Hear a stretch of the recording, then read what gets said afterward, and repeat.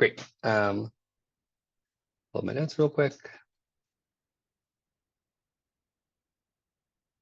I'm sorry, my daughter's in the background. She maybe hear some squawks. So again, I'm Warren Wells with the Marin County Bicycle Coalition.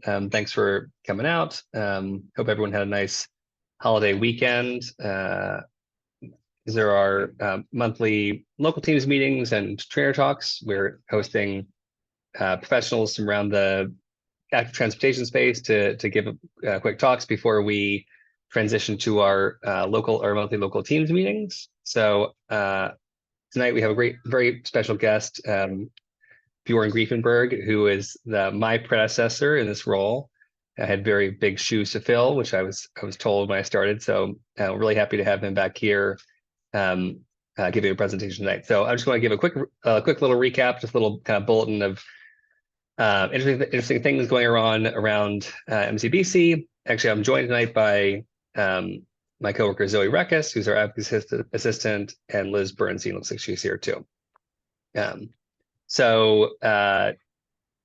Bike Month. We're close to the end of Bike Month. We had a really fun time. We had Energizer stations around the county a couple weeks ago. Had a bunch of people come by, including a bunch of electeds. So hope people got to stop by. Quick update on the Richmond Santa Fe Bridge, because it's something I get a lot of questions about. I was with a bunch of bike people over the weekend, and I had like 4 different conversations. So the current status is, the MTC, the Bay Area regional government, is moving forward with a plan to limit bike and pedestrian access to just Fridays and weekends.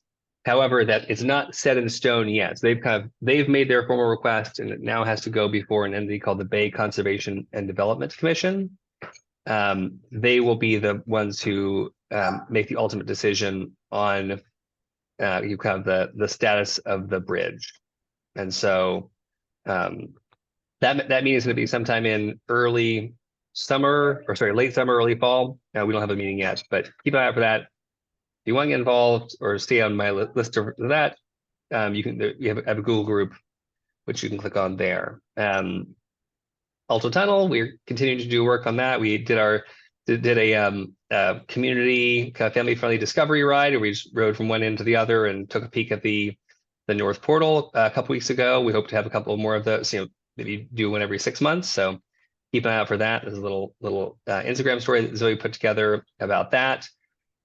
We marched the float in the Memorial Day Parade yesterday, and we'll be at the 4th of July Parade in Corte Madera. And if you want to get more information about that, this is our page, openaltotunnel.org. Internal news: we welcomed our new off-road director, Krista Hoff. She replaced the long-tenured Tom Boss. We're very sad to see him go, but very excited to have her in the role. She has a great background working at Marin County Parks as a ranger there. We're really excited to have her working on the off-road side going forward. And just upcoming meetings, we have a Bellum Boulevard. There's a workshop for the Bellum Boulevard project in Santa Fe. That is tomorrow, Wednesday the 29th.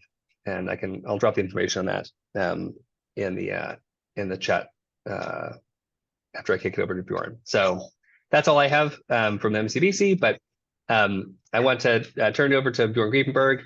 He's a planner with the City of Petaluma. I didn't prepare a formal introduction for you, Bjorn, so maybe I'll let you do it yourself, but we're really happy to have you, and thanks for joining us. I know it's always tough fitting things into your schedule, so thanks for taking time. Yeah, no, thank you very much, Warren. Really happy to be here virtually. Good to see some familiar faces on the participant list. And yeah, obviously, as you mentioned, I formerly worked for MCBC in the policy and planning director role. And so obviously happy to help however I can, whenever I can.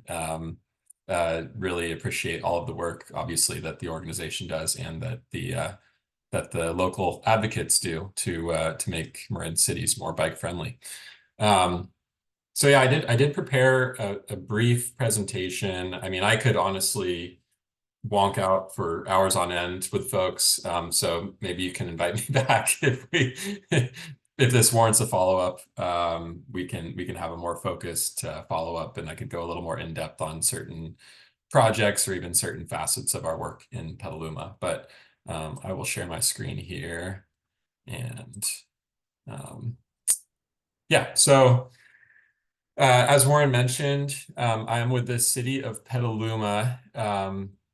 My title is actually, and sorry, is everyone seeing my screen?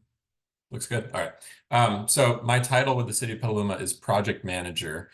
We actually do not have a classification for a transportation planner or active transportation planner. So I'm wearing a couple of different hats with the City of Petaluma. I'm probably spending about 80% of my time managing capital projects. And then the other 20% of my time, I'd estimate, basically serving as our de facto transportation planner. So definitely would love to be in a more focused transportation planning role, but doing what I can to help keep things moving forward in a city with very high ambitions but not much staff to match those ambitions at the moment. So just quick facts about Petaluma. Obviously, you're not far away, but we're similar in size, population-wise, to San Rafael. We are a smaller city than San Rafael if you just go off of the city's footprint. And Petaluma, from a kind of a land use perspective, is an infrastructure perspective is interesting. You've got two sides of the city that are very different. What we refer to as the west side of Petaluma, which actually, when you look at a map, is more the south side, which was mostly developed in the late 1800s, early 1900s. You have a good compact grid system throughout much of the west side. And then the east side of town, which is a little more spread out, kind of the 1960s, 70s suburbia, lots of cul-de-sacs, pretty poor street connectivity, lots of really big arterial roadways. And some of the key characteristics in Petaluma, or I'd say the key characteristic of Petaluma that really challenges us from a mobility standpoint, we have three major, again, we call them east-west barriers, but really they're north-south barriers. US 101, which I'm tracing with my cursor here, that divides the city. We've got the Petaluma River, which generally parallels US 101. And then we've also got the smart tracks, which, since they started operating, have created a new type of barrier for our city. And we have very few crossing opportunities for each of these facilities. So when you come to Petaluma, you will likely experience a lot of traffic congestion at any time on those handful of roads that cross our river, freeway, and train tracks. Because of the fact that Petaluma is a small city, we have a great opportunity, obviously, to generate mode shift by creating a more walkable and bikeable city. A little over 2/3 of all trips made in Petaluma are under 5 miles. So obviously most trips in Petaluma are a bikeable distance. So in the last few years, it's been a very exciting time to be with the city. Our city council, I'd say in the last 5 or so years, has really focused a lot of its energy on making Petaluma on promoting safe streets and encouraging mode shift and more walkable, bikeable policies, plans, and projects. So I'm just highlighting 3 major council actions that have occurred in the last couple of years that have really seemed to basically give staff the empowerment that we need to move forward with some really exciting plans and projects. Our city has adopted a goal of achieving Vision Zero by 2030, so eliminating all severe injuries and deaths from traffic collisions by 2030. We've adopted a climate emergency framework, which included a goal to achieve carbon neutrality by 2030, and a major pillar of that climate emergency framework and all of the climate action work that's been done in Petaluma thus far has actually really strongly emphasized mode shift as being a key, just something that we will need to do if we are actually serious about achieving carbon neutrality. And then our city council also goes through a process every couple of years where they engage the community, they hold a day-long workshop, and they seek feedback on and then establish their top 10 goals and priorities for the following. I think they've done it on a 3-year cycle, and safe streets was included as one of their top 10 priorities in the last cycle. And a lot of that obviously stemmed from the fact that they had already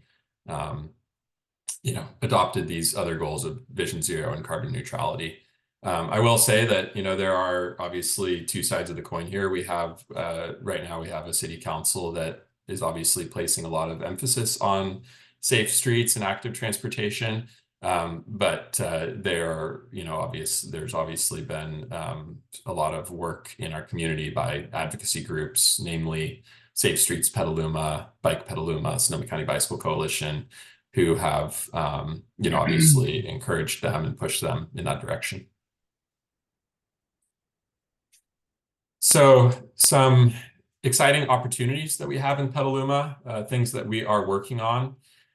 With that empowerment that City Council has given us, we are really shifting our street design philosophy to embrace the NACTO All Ages and Abilities design criteria, which I'm sure people on this call are familiar with, but in case you're not, essentially what NACTO has done a good job of outlining is the need to provide greater physical separation from traffic, especially on streets with higher traffic volume and or higher speed, recognizing that a bike facility, the type of bike facility that appeals to someone of all ages and abilities is very different on a busy arterial roadway versus a calm neighborhood street. So we have embraced that design philosophy internally, again, kind of using that empowerment that City Council has given us, and that's what we seek to implement as the baseline or the default whenever we're working on a bikeway project. In this map here, which this map actually comes from our 2008 Bicycle and Pedestrian Master Plan, we are currently working on our very first update to that plan since 2008. So there's a lot of opportunities to improve upon and improve upon that plan and incorporate current best practices. But basically what we're doing is we're taking the 2008 plan and we're putting it through an all ages and abilities filter. And so in this map, anything that you see in green, those are existing or planned multi-use trails. Obviously, those are great. So we have some connectivity there. I'll highlight the Lynch Creek Trail is our key kind of east-west crosstown connector for people walking and biking.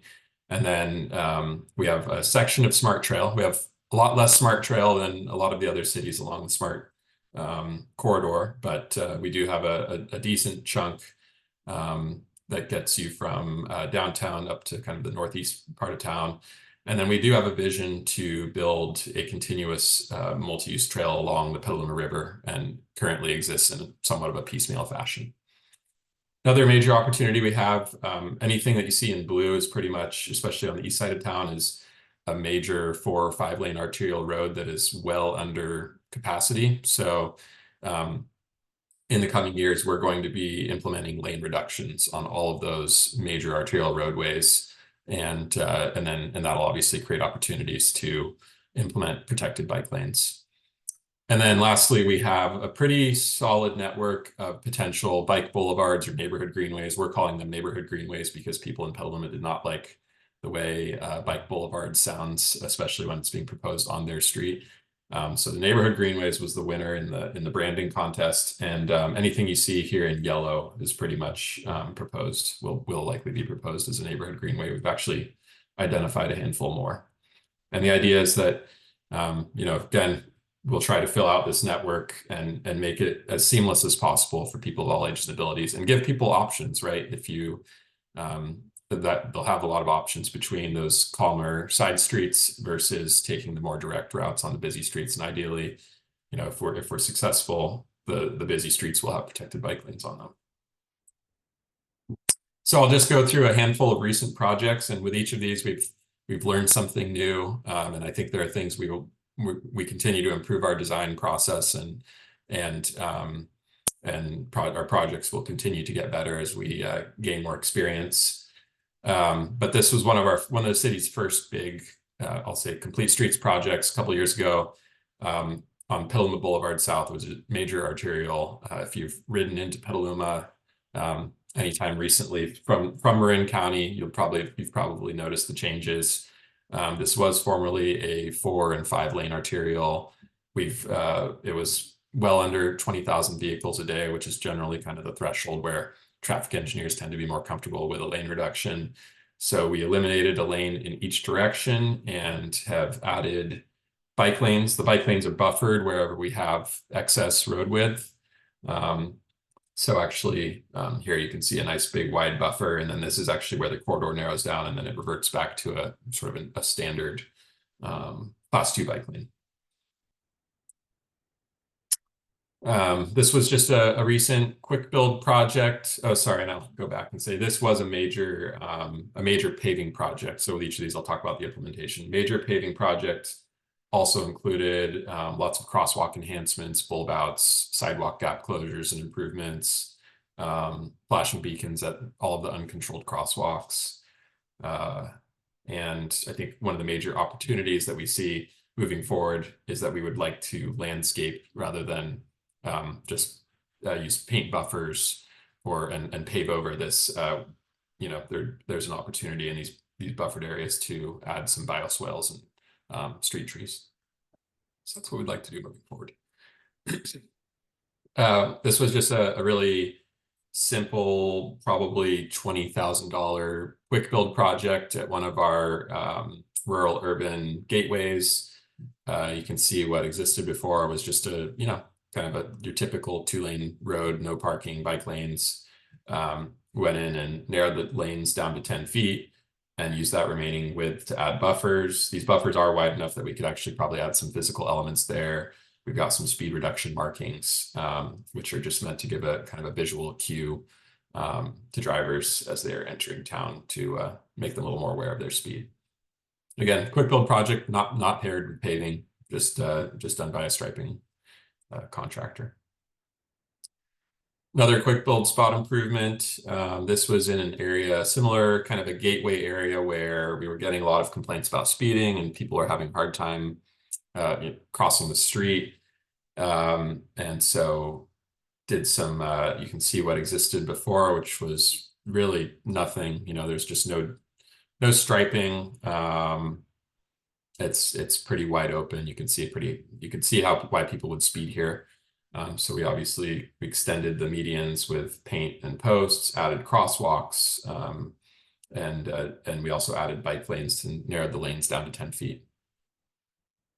And that was just a quick build project. Again, no paving involved. This is back to a major paving project recently, North McDowell Boulevard, where we took a really busy 5-lane road. We did not do a lane reduction here. This is one of the few arterials, I think, in Petaluma where we don't anticipate doing a lane reduction due to how high the vehicle traffic is. But just by narrowing the lanes, you can see we were able to get buffered bike lane in, which we've filled in the buffer here with K71s. We've already, we've seen quite a few of these get hit. We would really like to move toward a lower maintenance and more durable and protective design element. So we're already talking about in our next project, not using K71s, likely using some form of concrete. Yeah, this is a really good project in that we closed a ton of major sidewalk gaps, added a lot of new crosswalks across this road. As you can see, all of our uncontrolled crosswalks have beacons and median refuge islands. And I'm trying to think of what else would be important to highlight from this project. Yeah, just a true, again, complete streets project in that we had lots of bike and pedestrian improvements. Lane widths before, these were all probably 12+ feet. We're now down to, I believe, 10 feet on the inside lane and 10.5 feet on the outside lane. That's just, this is a major freight route, serves a lot of the industrial parts of, or some pretty industrial areas of the city. And we also have transit operating out there. And so far have not had any issues with the lane widths. This is a quick build demonstration project that we've done in anticipation of a paving project that will be constructed next year. So this is, as you can see, a 4-lane road previously with parking on both sides of the street, where we've actually gone down to 3 lanes and then also eliminated parking on one side of the street and added parking protected, we're doing parking protected bike lanes. All the data has come back. This has had a dramatic speed reduction effect. We have not, we really haven't seen anything to suggest that this should not be the permanent design. We did have a lot of pushback from the folks who live on this corridor early on. We've done our best to accommodate their concerns. One of the major concerns was sight distance pulling out of their driveways, because now that you've pushed the parking away from the curb, it is a little bit harder to see, obviously, the oncoming traffic when you're pulling out of your driveway. So we've added some red curb areas near the driveways to try to open up that sight distance. There were also a lot of questions about where people put their trash cans. So we've defined this rectangular area you see here as a place for them to put their trash cans. We've worked closely with USPS, made sure they're able to use this. We've looked at street sweeping. I've kind of looked at all the operational stuff that you might not necessarily think of when you're doing a project like this. And just to, again, we've done it as a pilot. There are some minor refinements we'll make, but the data is definitely on our side when it comes to making this project permanent. And then here's just another look, looking the other way. You can see where we've eliminated parking on this side of the street. Reason being, there aren't any fronting properties on this side of the street. So it's fairly easy to justify the parking removal there. And then we're doing a lot of quick build intersection improvements. We're certainly trying to build out our toolbox. We've done a traffic circle. We've got a few more that are going to go in. We've done quite a few bulb outs where we're actually just going ahead and moving the signage out into the roadway, putting some curb, some parking blocks in to help protect the sign and keep cars from encroaching on this bulb out area. We've used a couple of different paint treatments. Some of these we've just hatched. Some of them we've used this beige paint, which I know some of the other cities in Marin are using. And we actually have a really cool project coming up with a local elementary school where we're going to do some quick bulb outs like this, but we're actually going to leave the area blank, and we're going to work with them to install a street mural that will be done by the students and school community, which it's going to be just a really neat thing to see, and hopefully we can do more of that. And we've got a lot of other efforts that are to support as part of our Safe Streets, kind of our overall Safe Streets program, the Slow the Fast Down campaign, which I believe we actually it was a state campaign. Our comms department has done a good job of taking it and kind of giving it a local flavor. There are yard signs all over the city, car magnets, banners. People have really embraced this, and it's cool to see the coverage. You see the signs everywhere.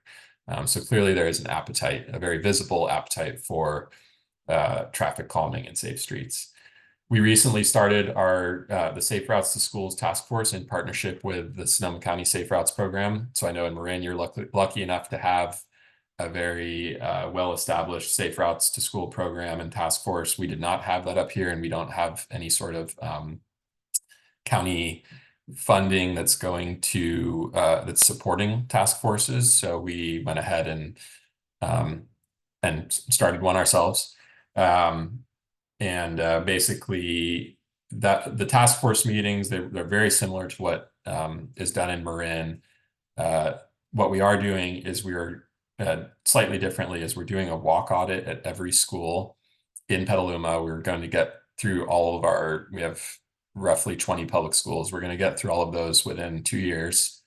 So yeah, we're doing one a month, and then we'll follow it up with a task force meeting where the following task force meeting is focused on debriefing the walk audit and talking about recommended improvements. And then last fall, we launched the Safe Streets nomination program because we're getting a lot of requests from the community for traffic calming and safety improvements. And they would come in several different ways. We get phone calls, they'd come into Public Works, they'd go into the police, we'd get emails, city council was getting lots of emails. So we decided it would be best if we just created a centralized web page where people can go. They can fill out a form, nominate their street or intersection, tell us what they're seeing, what they'd like to see fixed. And what we've done is we've then outlined some very objective criteria as to how we are going to actually prioritize and implement those improvements. So in this first round, we are basing our prioritization off of collision history, as well as proximity to schools and parks. And again, trying to take subjectivity out of it to avoid, the squeaky wheel gets the grease kind of system, which is sort of how it was working before, right? The people who knew how to track us down and hound us for a new crosswalk were the ones who were getting new crosswalks. So now we're really trying to make it much more data-driven and prioritized. So I mentioned that you see the yard signs all over the city. We've also the evidence of support for or demand for safe streets improvements is also very evident in the number of nominations we've received. We were getting within the first, I want to say 3 months, we had received over 500 nominations covering well over 200 unique locations. So we've been blown away by the response to this, and we've actually our city council has asked staff to develop a CIP project that's just basically devoted to implementing quick build projects that are identified through both the Safe Routes to School Task Force and our Safe Streets nomination program. And we're going through the budget process right now, but it's looking like we will have a pretty significant chunk of funding, local funds available to implement some of those projects. And that was all the slides I had. Like I said, I could talk forever and go into much more detail, but it's probably a good place to stop there. And I'm sure there will be plenty of questions and some good discussion. That's fantastic, Bjorn. Really amazing presentation. So excited to see all the work you guys are doing up there. I just was texting people some ideas during the presentation. So thanks so much. I want to open up to folks in the room. We don't have Bjorn for super long because he's a parent of a young kid, but I do want to, if we have a couple questions, if we have time, and otherwise people can send me an email, I think. So raise your hand if you have anything. I have a couple if no one else. I see Joe. Go ahead. Yeah, my first question is, did you get a lot of opposition for the lane diet from the residents and also for removing the parking? And how did you address the opposition?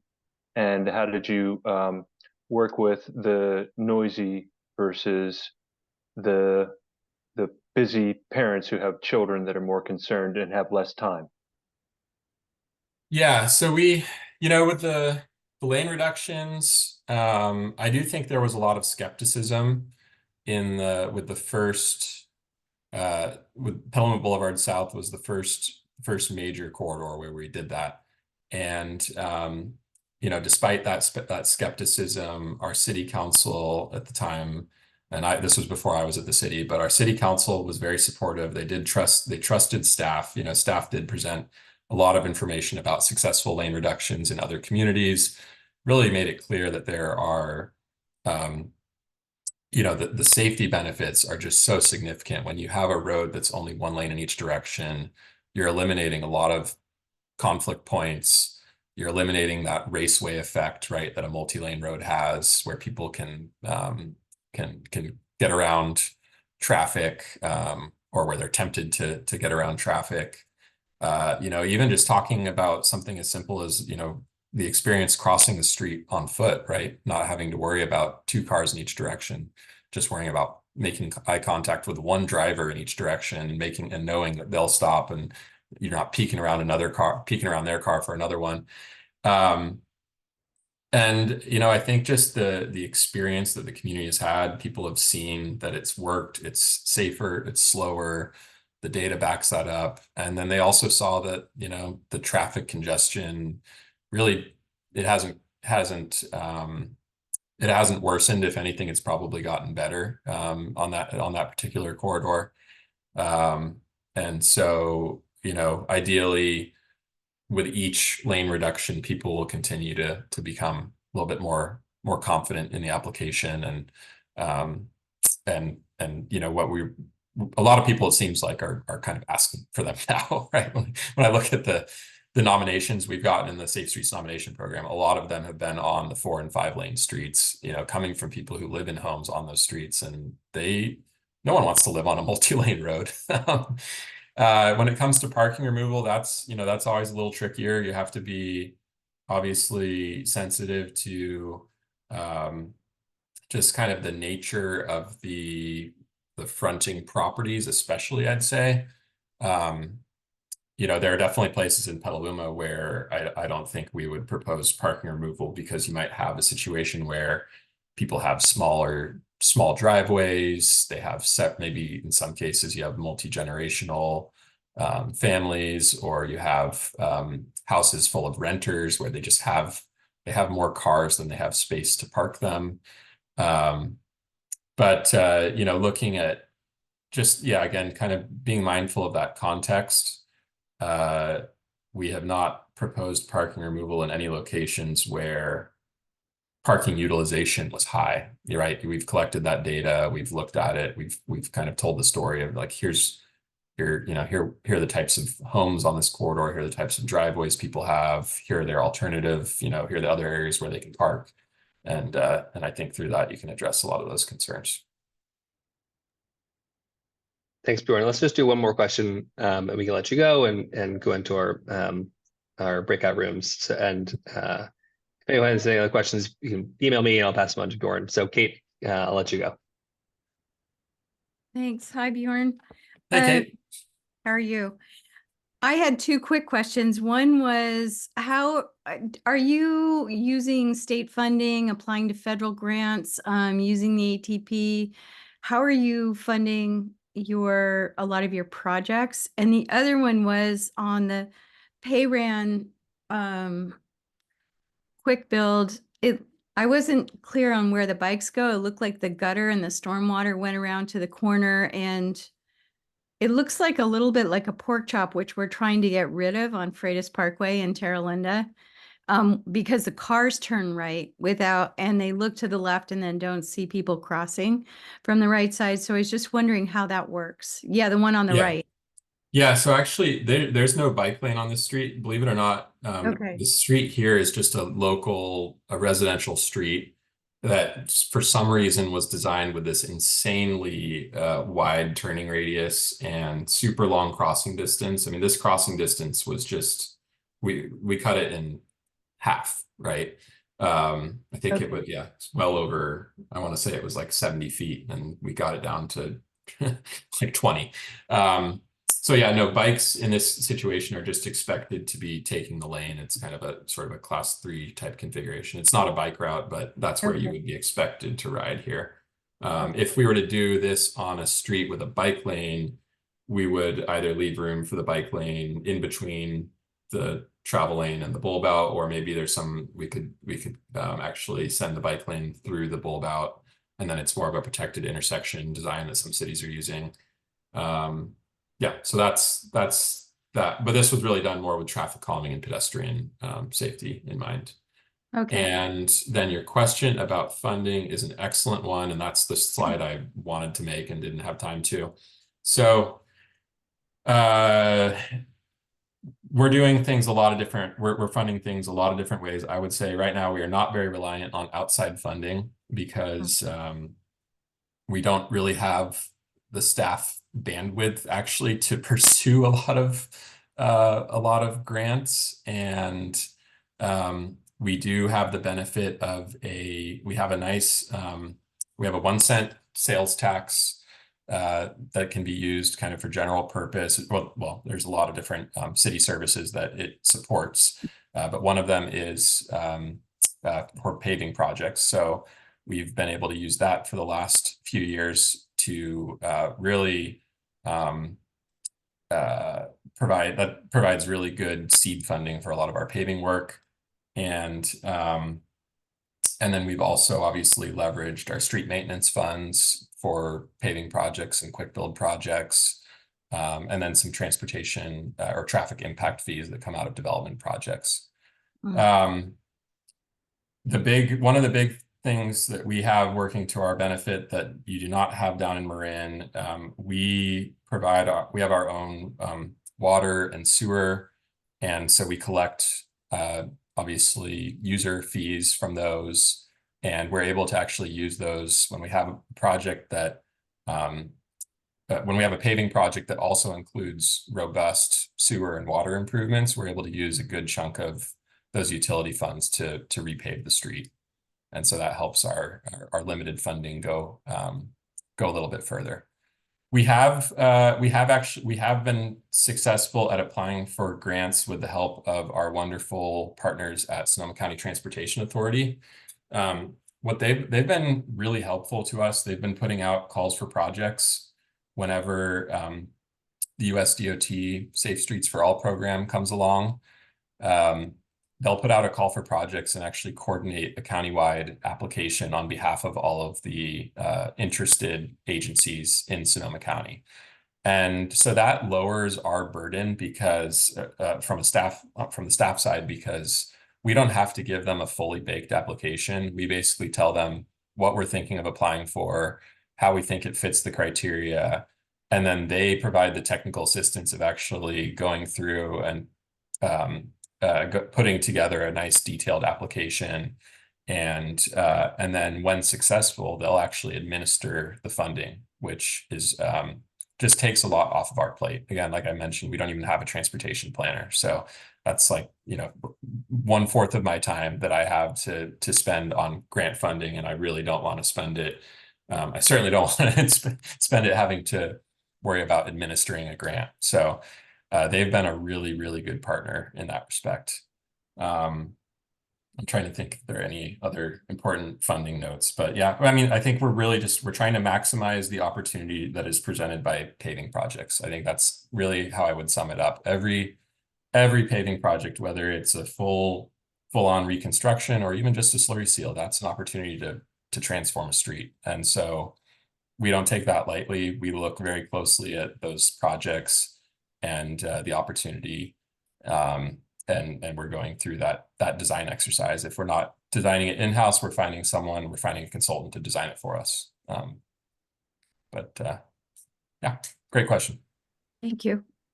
Bjorn, thank you so much for taking your time. I want to be sensitive to your time, and I could ask you questions all the time. I mean, all day, and I think we should get on the phone soon and ask you some more questions. But I really want to say thank you so much. If we were on a room, we'll give you a round of applause. I'm sure everyone would give you a hand here. So thank you for joining us. I hope everyone found it as educational, as interesting as I did. And so we'll let you go. Yeah, and we'd love to come back sometime. Yeah. Thanks, Bjorn. And if people have questions for Bjorn, feel free to email me, and in case I get a couple of the same, I can pass them on to him and get those